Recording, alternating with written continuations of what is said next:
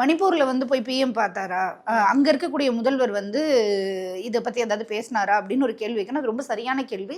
ஏன்னா அது வந்து கடந்து போற விஷயம் கிடையாது. மணிப்பூர்ல நடந்தது அவ்வளவு வேதனைக்குரிய ஒரு விஷயம். எந்த பெண்ணுக்குமே நடக்கக்கூடாது, பெண்ணுக்குன்னு இல்லை ஆணுக்கும் கூட இந்த மாதிரியான விஷயங்கள் நடக்கக்கூடாதுன்னு நம்ம நினைக்கிறோம். இங்க இருக்க தமிழக முதல்வர் வாயை திறந்தாரா இந்த கேஸுகள்லாம் நடந்துட்டு இருக்கும் போது? இது வாயை திறக்கிறாரு இல்லைங்கிறது அடுத்த விஷயங்க. நான் ரொம்ப ஜென்யூனா உங்ககிட்ட கேக்குறேன். 2 வாரத்துல இவ்வளவு கொலை சம்பவங்கள் நடந்திருக்கு, குற்ற சம்பவங்கள் நடந்திருக்கு, லாக்அப் டெத் கிட்டத்தட்ட இந்த ஆட்சியில் மட்டுமே 26 நடந்திருக்குன்ற டேட்டா கொடுத்திருக்காங்க. அஜித்குமார் வழக்குல இல்ல அஜித்குமார் வழக்குல பேசலையா முதல்வர்? பேசினாரா பேசலையா? நான் திரும்ப சொல்றேன், முதல்வர் போகலன்ற ஒரு எனக்கு ஒரு விஷயம் புரியல. ஒரு சாதாரண ஒரு இத்தினூண்டு ஒரு லெட்டர் பேட் கட்சி ஒரு ஆரம்பிச்சா கூட அதை விமர்சனம் பண்ணி மீடியாஸ் எல்லாம் இவ்வளவு பேசும்போது நாங்களும் அதை கேட்கலாம் இல்லைங்களா? இன்னைக்கு லா அண்ட் ஆர்டர் யாரு கண்ட்ரோல்ல இருக்கு?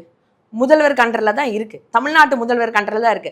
இன்னைக்கு ஒரு சில விஷயம் இப்போ நீங்க இவ்வளோ பேசுறீங்க, இன்னைக்கு இவ்வளோ தொடர்ந்து இவ்வளோ பிரச்சனை நடந்திருக்குங்க, நாங்கெல்லாம் மீடியால பேசுறோங்க, அவ்வளோ பேசுறீங்க. எங்கெங்க போனீங்க 2018 நீங்க எல்லாரும்? பேசணுமே. பொள்ளாச்சியில நீங்க பேசணும்னு மட்டும் அசால்ட்டா சொல்லாதீங்க. அசால்ட்டால இப்படி பேசல.